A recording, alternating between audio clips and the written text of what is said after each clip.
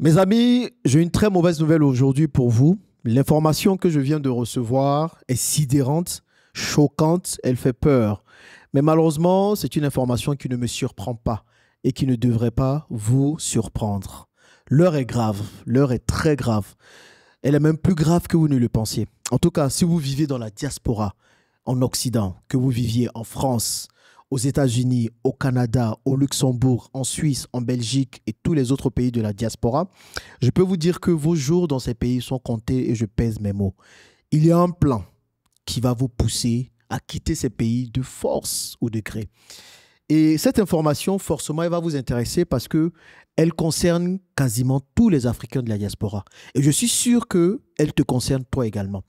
Je ne fais pas cette vidéo spécialement pour te faire peur, non. Mais je fais cette vidéo pour que tu prennes tes responsabilités, que tu saches ce qui est en train de se tramer dans le secret et que tu puisses ne pas être surpris. J'en ai parlé déjà plusieurs fois sur la chaîne ici, mais certains m'ont dit, Jean-Yves, laisse la diaspora tranquille. Est-ce que tu as quelque chose contre la diaspora? Pourquoi tu en veux à la diaspora? La diaspora ne va pas venir sauver l'Afrique à la place des Africains qui sont ici. Tu as les Africains qui sont en Afrique, travaille avec eux. Que vous le vouliez ou non, vous allez venir en Afrique. Et cette information va vous le montrer. J'espère que vous êtes prêts, que vous êtes bien assis, parce que certains pourraient tomber de leur siège quand ils apprendront ce que je viens d'apprendre. Mais malheureusement, on a vu la chose venir de loin. Et ceux qui ne se sont pas préparés à cela, je peux vous dire que vous allez vivre un enfer en Occident. C'est parti. Bonjour et bienvenue sur ma chaîne. Moi, je m'appelle Jean-Yves Bragbo, je suis multi-investisseur en Afrique. J'ai fait le pas de quitter la diaspora pour revenir m'installer en Afrique il y a 3 ans déjà. Et je peux vous dire que je vis la meilleure de mes vies ici. Donc, si le retour en Afrique et l'investissement en Afrique sont des thématiques qui vous intéressent, alors les amis, je vous invite à faire 2 choses simples. La première chose, abonnez-vous à cette page, cliquez sur le bouton s'abonner qui s'affiche juste en bas. Et la deuxième chose, cliquez sur la cloche de notification pour ne rater aucune des vidéos que je publie ici très régulièrement. Une fois que ces 2 choses sont faites, nous pouvons commencer. Je viens d'apprendre que Auchan, qui est la deuxième enseigne de grande distribution en France après Carrefour, vous avez tous vu des supermarchés Auchan un peu partout, eh bien, a décidé de licencier plusieurs milliers de ses salariés. On parle d'au moins 2300 salariés licenciés. Et ce n'est pas tout. Certains de ces salariés ont appris leur licenciement par SMS. Ce n'est pas moi qui le dis, c'est plusieurs journaux français qui le disent. Crise chez Auchan. Ces salariés ont appris leur licenciement par SMS. Des collègues dévastés. Mais ce n'est pas là l'information clé. Auchan n'est que la petite partie visible de l'iceberg. Parce que, vous ne vous en doutez pas, mais il y a une liste noire d'entreprises qui ont commencé à licencier depuis septembre 2023 et qui vont continuer à licencier en France qui est sortie. Peut-être que vous n'êtes pas au courant de cette liste, mais je vais vous la dévoiler d'ici quelques minutes. Et si vous voulez avoir accès à cette liste, dites-le moi dans les commentaires et je vais vous donner le lien pour que vous puissiez voir cette liste. Donc, la liste noire des plans de licenciement depuis septembre 2023. Cette liste partage avec vous plusieurs entreprises de renom françaises qui ont mis en place un plan de licenciement massif de leurs employés. On parle de Michelin, on parle de Carrefour, on parle de Yves Rocher, on parle de Microsoft France, on parle de Monoprix, on parle de SNCF, on parle de Engie et de toutes les autres entreprises auxquelles vous pouvez penser. Pourquoi ces entreprises décident de licencier énormément de personnes en France? Ce n'est pas un scoop pour vous. Vous savez déjà que l'Europe est en plein déclin. L'Europe est en train de vivre ses derniers jours de gloire. Et c'est normal parce que nous vivons dans un monde cyclique.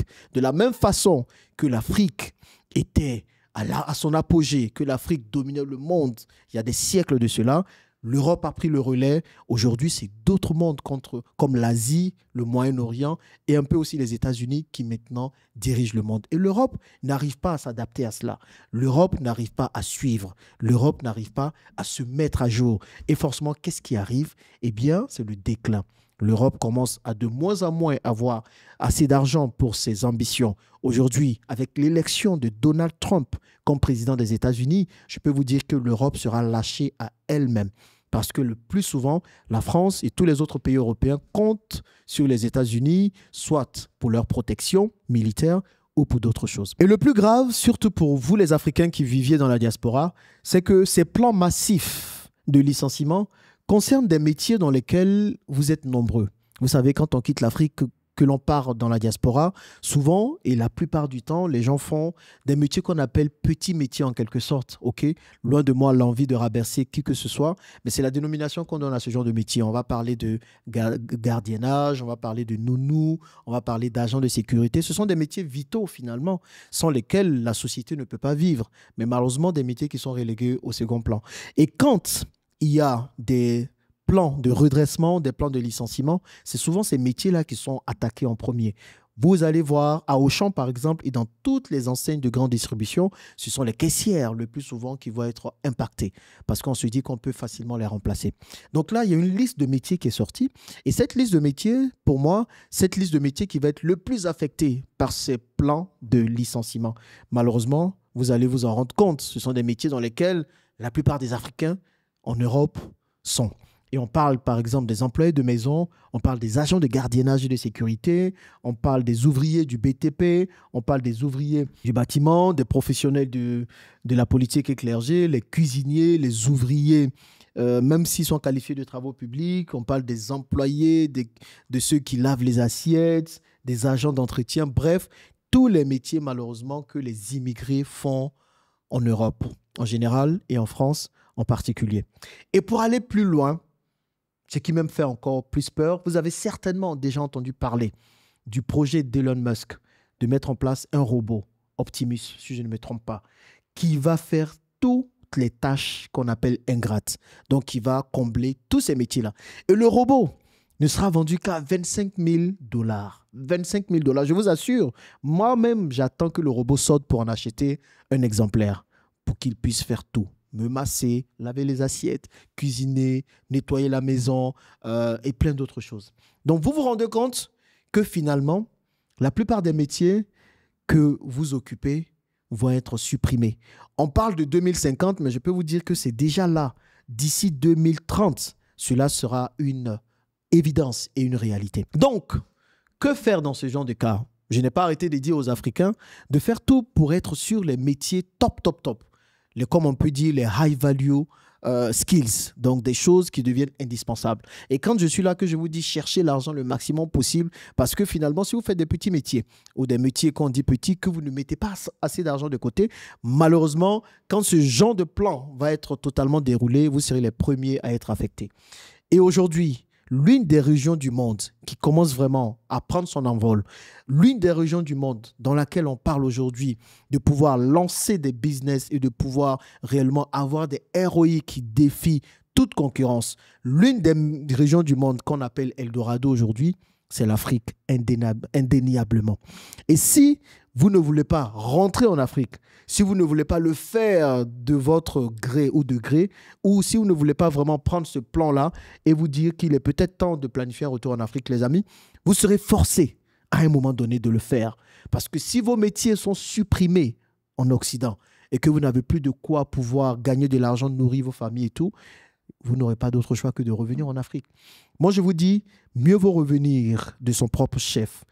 Prenez, faites des plans, venez lancer des business ici.